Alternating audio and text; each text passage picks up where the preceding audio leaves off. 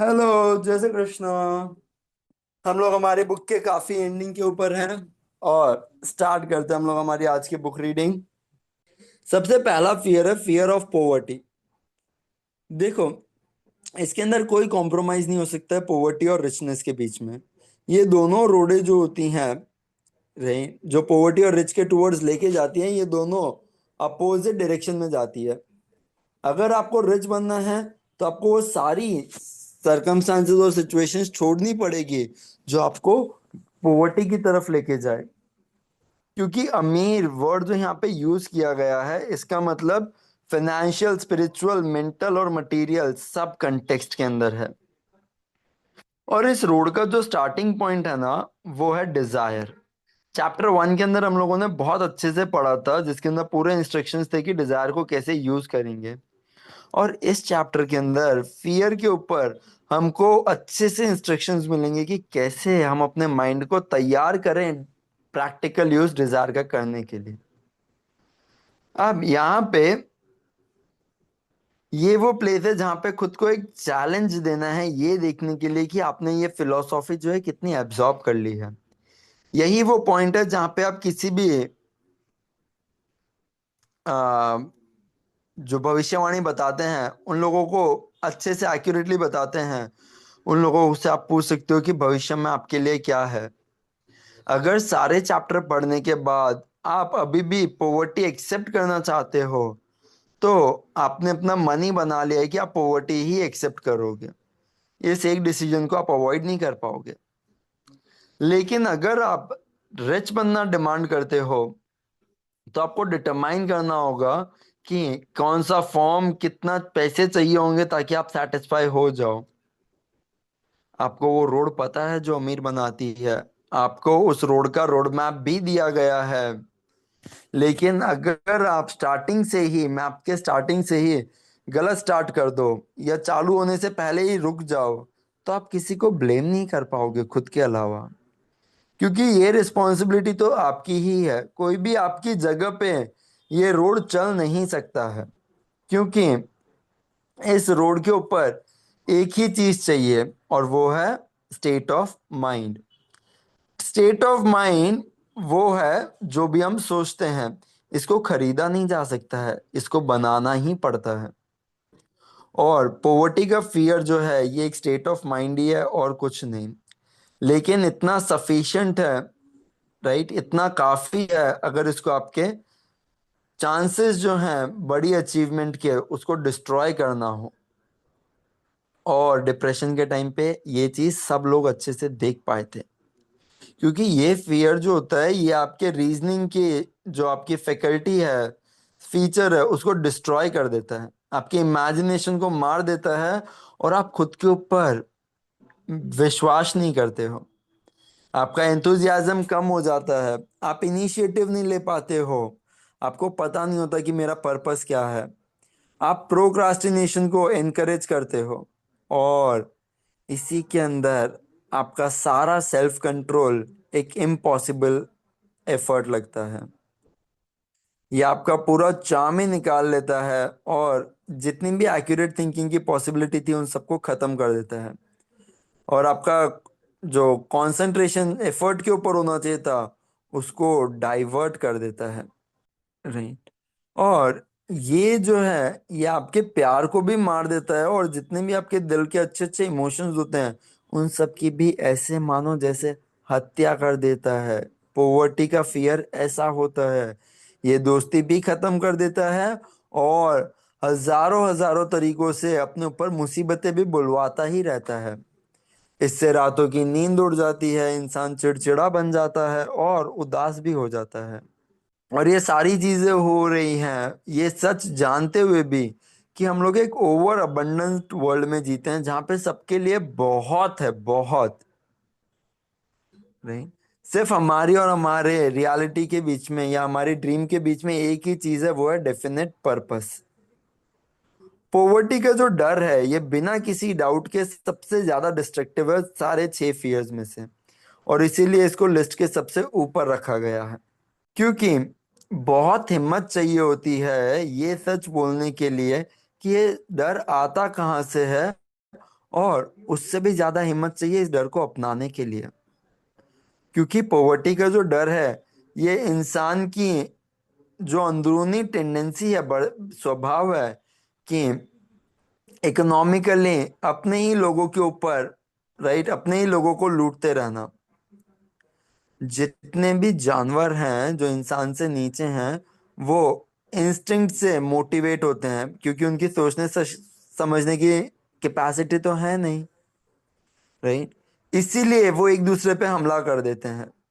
लेकिन इंसान, क्योंकि उसके पास इतनी बड़ी सेंस ऑफ इंट्यूशन है और वो सोच सकता है, रीजनिंग कर सकता है, तो वो अपने आजू बाजू वाले लोगों को शरीर से तो नहीं खाता, लेकिन वो उन लोगों के रुपए को खाता है। वो अपना सेटिस्फैक्शन लोगों के रुपए में ढूंढता है। और इंसान इतना ज्यादा इसके अंदर धोखेबाज बन जाता है कि ऐसे लॉज पास किए गए हैं जहां से लोगों को लोगों से ही बचाना पड़ता है, अपने ही आसपास के लोगों से। ऐसे हमें लॉ बनाने पड़े हैं। जितने भी आज तक दुनिया के अंदर जो भी टाइम रहा है, जिसके बारे में हमें पता हो या नहीं पता हो, राइट, उसके अंदर से आज जो ये जमाना है, ये सबसे ज्यादा अजीब है, क्योंकि हम लोग पैसे की पागलपन में जी रहे हैं। एक इंसान को ऐसे देखा जाए तो धरती की मिट्टी से भी कम माना जाता है, लेकिन अगर उसके पास बहुत बड़ा पैसा हो तो फिर मजा ही आ जाए। फिर उसको किंग बोला जाता है, बहुत बड़ा इंसान है, राइट। फिर वो पॉलिटिक्स में जाते हैं, बिजनेसेस को डोमिनेट करते हैं, और पूरा वर्ल्ड जो है वो उनके रिस्पेक्ट के अंदर बो डाउन करता है। देखो, इंसान को कोई भी चीज इतनी तकलीफ या इतनी शर्मिंदगी नहीं महसूस करवाती है जितना गरीबी।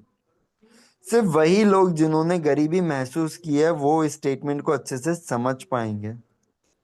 देखो, कोई भी वंडर की बात नहीं है कि इंसान को गरीबी से डर लगता है, क्योंकि हमारी जो इतनी बड़ी जिंदगी है, इसके जो डेली के एक्सपीरियंसेस हैं, इससे हम लोगों ने सीखा है कि कुछ लोगों पे भरोसा नहीं किया जा सकता है जब बात पैसे की और जायदाद की आए।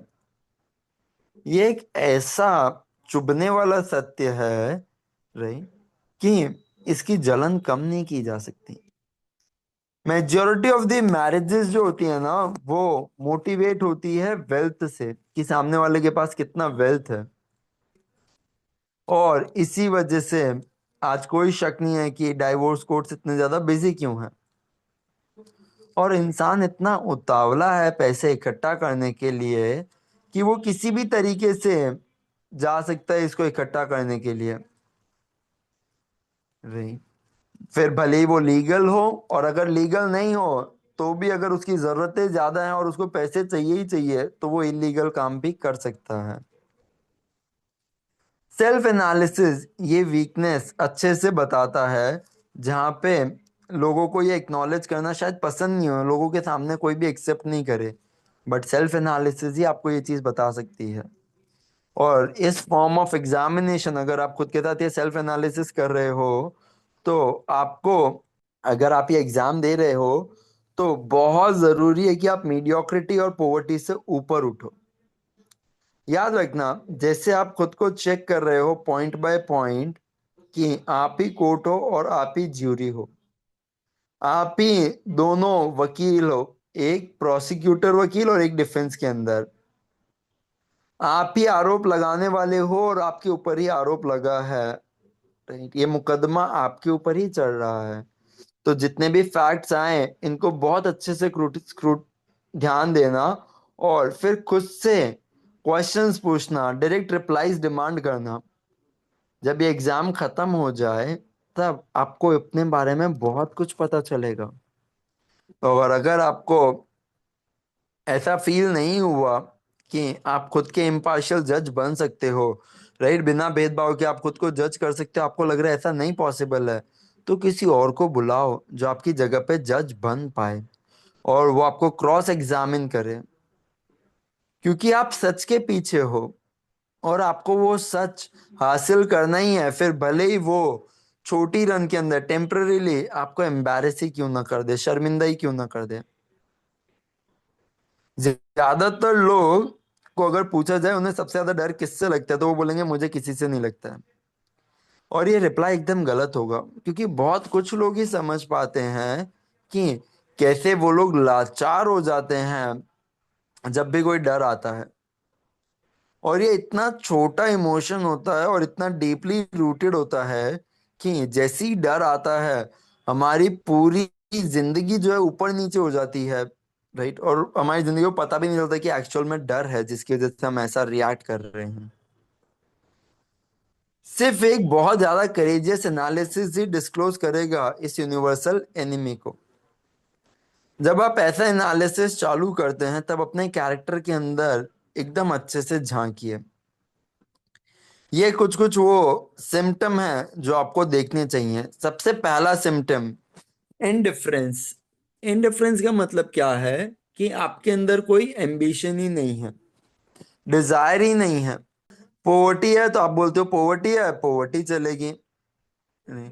जो भी जिंदगी देगी हम वो चुपचाप ले लेंगे। लेजी हैं, इनिशिएटिव नहीं लेना है, आपको किसी चीज से फर्क नहीं पड़ता, तो फिर शायद आप गरीब ही रहोगे यार। किसी ना किसी चीज से तो फर्क पड़ना ही चाहिए। राइट। इनडिसीजन, इनडिसीजन का मतलब होता है कि लोगों को काम दे देना कि आप मेरे बदले में सोचो, मैं तो नहीं सोच पा रहा, मैं एक्ट नहीं कर पा रहा हूँ। इससे आप हमेशा गेट के बाहर चौखट पे ही खड़े रह जाओगे, कभी भी किसी भी चीज की डेप्थ में नहीं जा पाओगे, क्योंकि आप डिसाइड ही नहीं कर पा रहे हो, आगे ही नहीं बढ़ पा रहे हो। डाउट। देखो, डाउट्स के लिए ना हम लोग जनरली बहाने देते हैं ताकि हम कवर अप कर पाए या खुद की गलतियों के लिए माफी मांग पाए। लेकिन ये डाउट्स जो होते हैं ना, ये काफी बार हम लोग सक्सेसफुल लोगों के लिए भी हम लोग ये ऐसी स्टेटमेंट्स यूज करते हैं। राइट, या तो उन्हें क्रिटिसाइज करते हैं या उनसे जलते हैं। ये सिर्फ यही बता रहा है कि हमें खुद पे डाउट नहीं, हमें खुद पे भरोसा नहीं है। तो ये एक वो सिम्टम है आपका कि आप पोवर्टी की लाइन पे हो। वरी, जनरली हम लोग दूसरों की गलतियां निकालते हैं और ये एक ऐसी आदत है, राइट, जिसके ऊपर हम लोग अपनी इनकम से भी ज्यादा टाइम देते हैं। अपना पर्सनल अपीयरेंस भी छोड़ देते हैं, हमेशा डांटते रहते हैं, चिढ़ते रहते हैं। कभी कभी खुद को शांत करने के लिए अल्कोहलिक ड्रिंक्स के पास भी चले जाते हैं। राइट, ये सारी चीजें, ये जितनी भी वरी है आपकी, ठीक है, भले आप अल्कोहल में जाओ, नारकोटिक्स में जाओ, ठीक है, किसी भी चीज में जाओ, बट ये एक ही चीज बता रही है कि आप कॉन्फिडेंट नहीं हो। और जब तक आप कॉन्फिडेंट नहीं हो, राइट, आपको खुद पे भरोसा नहीं है, तब तक आप आगे नहीं बढ़ पाओगे। Yes, next point, over caution. एक और हैबिट जिसके अंदर हम लोग हर एक चीज की नेगेटिव साइड पे सोचते हैं। राइट, पॉसिबल फेलियर के जितनी भी पॉसिबिलिटीज हैं वो सारी सोच लेते हैं बिना सक्सेस के ऊपर कंसंट्रेट किए। जब हमें पता होता है कि सारी रोड जो है वो डिजास्टर के टूवर्ड्स ही जा रही है, हम कोई भी प्लान नहीं बनाते हैं कि कैसे हम इस फेलियर को अवॉइड करें। और हम लोग सिर्फ राइट टाइम का वेट करते हैं ताकि अपने आइडियाज को एक्शन में पुट करेंगे। कब तक? जब तक ये वेट करना हमारी एक परमानेंट हैबिट ना बन जाए। याद रखना, जो भी लोग फेल हुए हैं, राइट, और भूल जाना वो लोग जो लोग सक्सीड हुए हैं। आप देखोगे कि अगर आप एक डोनट के अंदर खड्डा देखोगे, राइट, और डोनट को छोड़ दोगे, तो आप लोग हमेशा पछताओगे। ये नेगेटिविटी जो होती है, ये काफी बार आप लोगों को इनडाइजेशन, पेट में खाना नहीं पचना, अच्छे से निकलना नहीं, या फिर अंदर ही अंदर चीजें सड़ते रहना, या स्मेल का खराब हो जाना, ये सब चीजें बताती है ये नेगेटिविटी। आपकी बॉडी में ऐसे मैनिफेस्ट होती है। Next step, next symptom, sorry, procrastination. ये वो हैबिट है जिसके अंदर हम कोई काम कल के लिए टाल देते हैं जो हमें पिछले साल ही खत्म कर देना चाहिए था, फिर भी वो कल पे ही टाला हुआ है। और हम लोग अपना टाइम जो है वो स्पेंड करते हैं एक्सक्यूजेस बनाने के लिए कि क्यों जॉब नहीं हो पाया। ये सिम्टम जो है ये ओवर कॉशन, डाउट और वरी के साथ क्लोजली रिलेटेड है। इसके अंदर हम अपनी रिस्पॉन्सिबिलिटी को अवॉइड कर देते हैं, रिफ्यूज कर देते हैं, राइट। हम लोग तैयार हो जाते हैं कॉम्प्रोमाइज करने के लिए बिना किसी टक्कर के। हम लोग अपनी डिफिकल्टीज को कॉम्प्रोमाइज करते हैं बिना एक स्ट्रेंथ को हार्नेस दिए, बिना स्ट्रेंथ को इंक्रीज किए। हम लोग लाइफ से चवन्नियों की मिन्नतें करते रहते हैं बिना डिमांड किए प्रोस्पैरिटी, अबंडेंस, बहुत सारे पैसे और खुशियां। ये प्लान करना कि अगर मैं फेल हो गया तो क्या होगा, राइट। या फिर सारे ब्रिज ही जला देना कि अब यार कुछ करना ही नहीं है। ये सारी चीजें जो हैं ये आपके सेल्फ कॉन्फिडेंस को बताती है कि वो वीक है, या आपके अंदर सेल्फ कॉन्फिडेंस नहीं है, या आपको पर्पस जो है वो क्लियरली पता नहीं है, या आपको सेल्फ कंट्रोल नहीं है खुद के ऊपर। ना एंथुजियाज्म, ना एम्बिशन, और ना ही कोई अच्छी रीजनिंग एबिलिटी। ये चीजें भी नहीं होती हैं आपके अंदर, क्योंकि आप तो प्रोक्रास्टिनेट ही करते जा रहे हो। प्रोक्रास्टिनेशन के अंदर आप लोग गरीबी की ही उम्मीद कर रहे हो, जैसे बिना रिचनेस की डिमांड किए। और आप लोग ऐसे लोगों की कंपनी ढूंढते हो जो लोग पुअर हो compare to those people who are rich. तो इसकी वजह से आप भी क्या होते हो, पुअर ही रह जाते हो। तो वापस से सिम्टम्स देखते हैं। इनडिफरेंस, आपको किसी चीज से फर्क नहीं पड़ता। सेकंड, आप कोई भी डिसीजन नहीं ले पाते हो। तीसरी चीज, डिसीजन लेने के साथ बहुत डाउट में रहते हो। डाउट में भी अगर डिसीजन ले लिया तो उस डाउट से आपको बहुत ज्यादा टेंशन होती रहती है, worry worry worry, right. Worry के बाद फिर आप और ज्यादा ओवर कॉशियस हो जाते हो। कुछ भी चीज होती है आप बोलते हो शिट नहीं होगा, देखा कहाँ था, देखा कहाँ था। You become pessimistic. वरी के अंदर आप सिर्फ टेंशन में हो कैसे होगा, राइट। ओवर कॉशन के अंदर आप नेगेटिव साइड पे जा चुके हो, आप नेगेटिव चीजें ज्यादा देख रहे हो, फोकस उसके ऊपर है। और फिर चीजें इतनी खराब हो चुकी है आप प्रोक्रास्टिनेट कर देते हो, आप बोलते हो आप करना ही नहीं है यार, छोड़ो बाद में देखेंगे, अभी तो नहीं हो रहा। तो ये हमारे वो सारे सिम्टम थे जिससे कि हम लोग गरीब ही रह जाएंगे। ओह। Money talks. अब कुछ लोग पूछेंगे कि आपने पैसे के ऊपर ही बुक लिखना क्यों सोचा, क्यों अमीरी को डॉलर्स के अंदर ही मेजर किया जाए। Right? अब इसमें कुछ लोग मानेंगे, जो कि सही भी है, कि पैसे के अलावा भी बहुत सारे तरीके की मनी होती है। ऑथर बोल रहे हैं हाँ जरूर होती है, जिनको पैसे के अंदर मेजर भी नहीं किया जा सकता है। लेकिन लाखों करोड़ों लोग ये कहते हैं कि भगवान मुझे सारे पैसे दे दो जितने चाहिए और बाकी की चीजें मैं अपने आप ढूंढ लूंगा। जो सबसे बड़ा रीजन है कि ऑथर ने क्यों ये बुक मनी के ऊपर लिखी, वो ये फैक्ट है कि दुनिया आज एक ऐसे एक्सपीरियंस से जा रही है जहाँ पे लाखों करोड़ों लोग गरीबी के डर से पैरालाइज हो जाते हैं।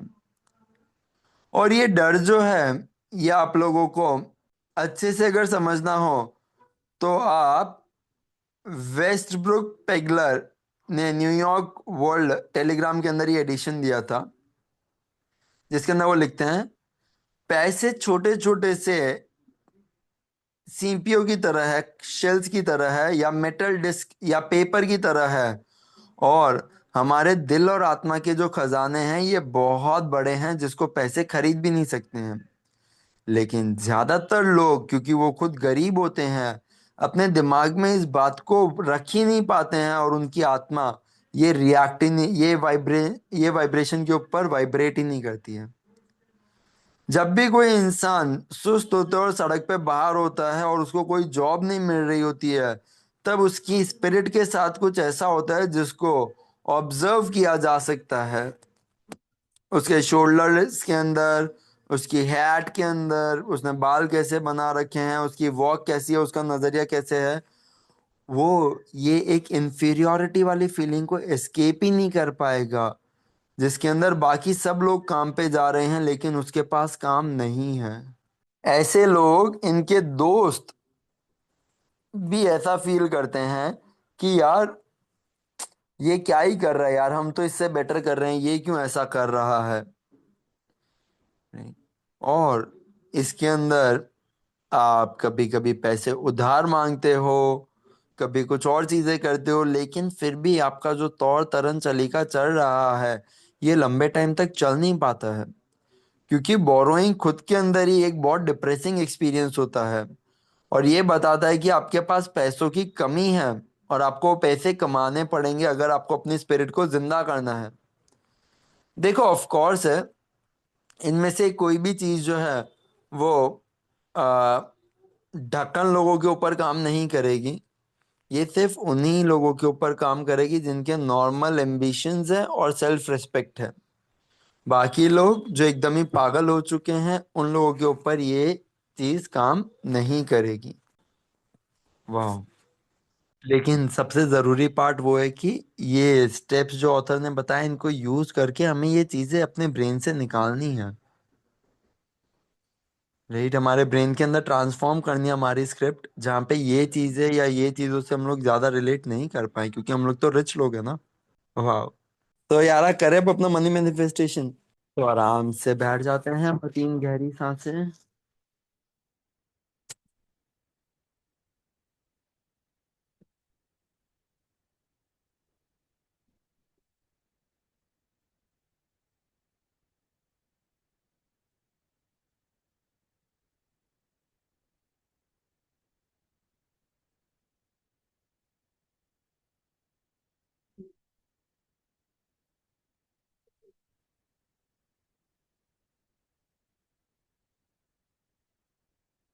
I am rich.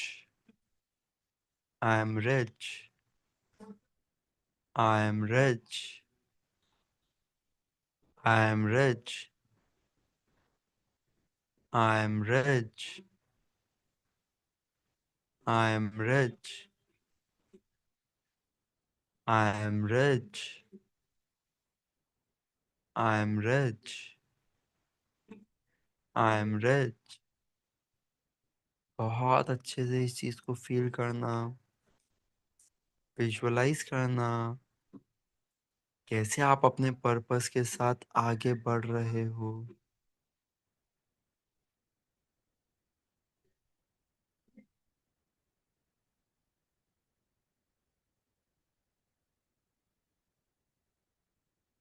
वाह, बहुत ब्यूटीफुल है, सारी रिचनेस को फील करना, और इसी रिचनेस के साथ स्लोली अपनी आईज इस न्यू रिच वर्ल्ड के टुवर्ड्स ओपन करना, जहाँ पे इनफाइनाइट पॉसिबिलिटीज है। I am rich. Thank you. जय श्री कृष्णा।